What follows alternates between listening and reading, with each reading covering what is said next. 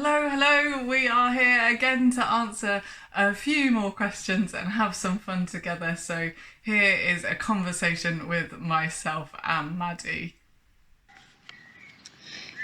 If you had to go without one of these, which would it be?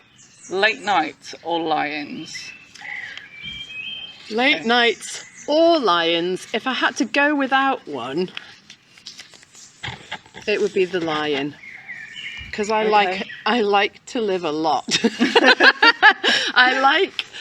I can't do early nights, Ruth. I can't do early nights. Okay.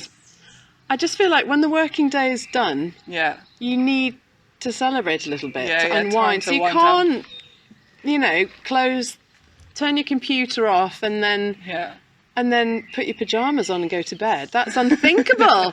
So I go to bed at about 11:15 most nights, folks. Okay. After I've had enough time for myself. Yeah. When I'm ready to go You've to heard bed. it here. 11:15 is bedtime. 11:15 is bedtime. It's probably not. Everyone says get an early night, but this is one of the things that people used to say to me. If I was really tired, what you need to do is get an early night. And this happened particularly when I was tired, had babies waking me up in the night, and I said, no, you don't understand. What I need is a late night with grown-ups or with friends. That's what I need. Yeah. That's what will really help me. So I've stuck to that, and it's a party for one. And it sort of Because I haven't works, seen so many it's friends, fine. and it sort of works. But I'd rather do that and then set my alarm early, which I do most days. Yeah. Well, we still have quite small children who must get up and be they've got around school and things. like that, Well, we've so. all got things to do. Well, yeah. But I wouldn't. Yeah, I'd rather lose the line. How about you?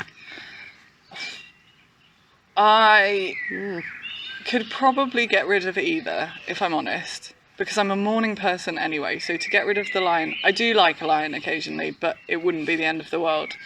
But because I'm a morning person, late nights aren't. I wouldn't do them regularly, but when I do have them, they're worth it. If that makes sense, I think. So I think I would rather keep the late night and get rid of the lions for good.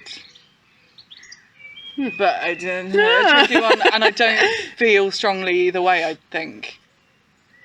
I think. So there you go. That marks you out as a morning person. Yeah, Whereas it really does. I used to think I was a morning person, but I'm actually really not. not.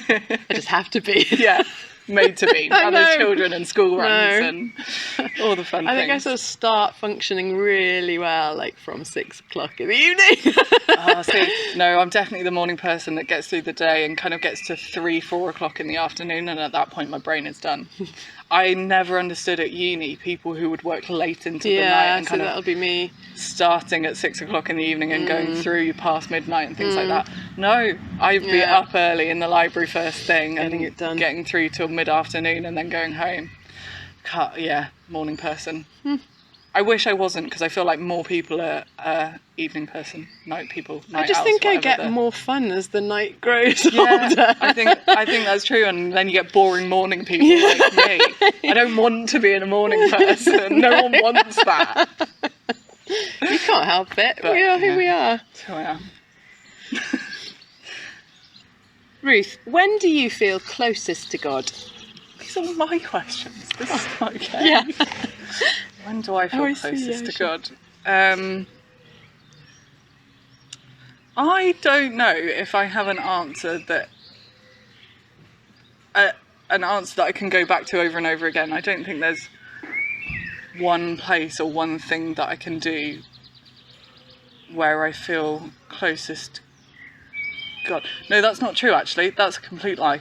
I feel closest to God when I am on summer camp with young people. Oh, yeah. And particularly Spot Make the Difference, shout out to those teams, because firstly those teams are family, that we've been doing it all together for years, and we get new people in and that's great, and it's the most beautiful team in the way that you get so tired over the week and you see each other at your best and at your worst, and we get annoyed with each other and we celebrate each other and we do life together for a week, and it's amazing. But what's even better is that you then get all these children and young people come in and you see them some have a complete transformation in 6 days, and you see God work in and through them, and you see, you know, leaders and young people pray for each other alike, and God answers prayers. And every year it's really funny because we say, you know, oh, we've got this is a problem and this is a problem and we're not looking forward to this, or we need to be aware of this. And every single year God answers our prayers. We'll get up in the morning and go, Lord, the little ones are going out to wherever today, please, no rain. And we've had years where there's been no rain until they walked through the door and it started raining, and things like this, just as little examples. But and even last year, so we did it online for the first time last year, and we're like, this is really weird, and we don't know how it's going to work, and all of this sort of thing. And yet we all had that same feeling of God is with us and he is answering our prayers. And I know every year when I go back, not only am I it's going to feel like home because of the people, but God is with us, and he is for us, and he's answering our prayers, and he is changing lives. And so that's always a guarantee for me, that I will feel close to God in that week. I will also feel far away from him. I'm very annoyed, I'm very sleepy, and you get very grumpy, and all of those sort of things. God's enjoying it as much as you. Yeah, absolutely. So that is a really definite cool go-to. Yeah. Yeah. When do you feel closest to God? This one we can't skip. We both similar. have No, we can. So I think the sort of scenario I'm going to describe when I feel closest to God is when I hear other people tell their story about or something that's happened to them, or you're just having a to and fro like this, and then suddenly you land on something where you're now talking about God, and it just happens spontaneously, but you're sharing an experience of God, or enjoying something that God has done, and I find that just so exciting. And it often happens actually when I'm talking to my mum, because she's just rich in spirit, I suppose, and we'll be nattering about all sorts of stuff, the TV we've watched or whatever, and then we'll get on to something, or she'll talk about someone, and then we're sharing something and God is in that, and it happens really naturally. So I think it's those, I often feel really close to God in those natural God-y moments together, but again it's together often, so it's the people, isn't it? It's a relationship, being together with God in the mix. It's really good.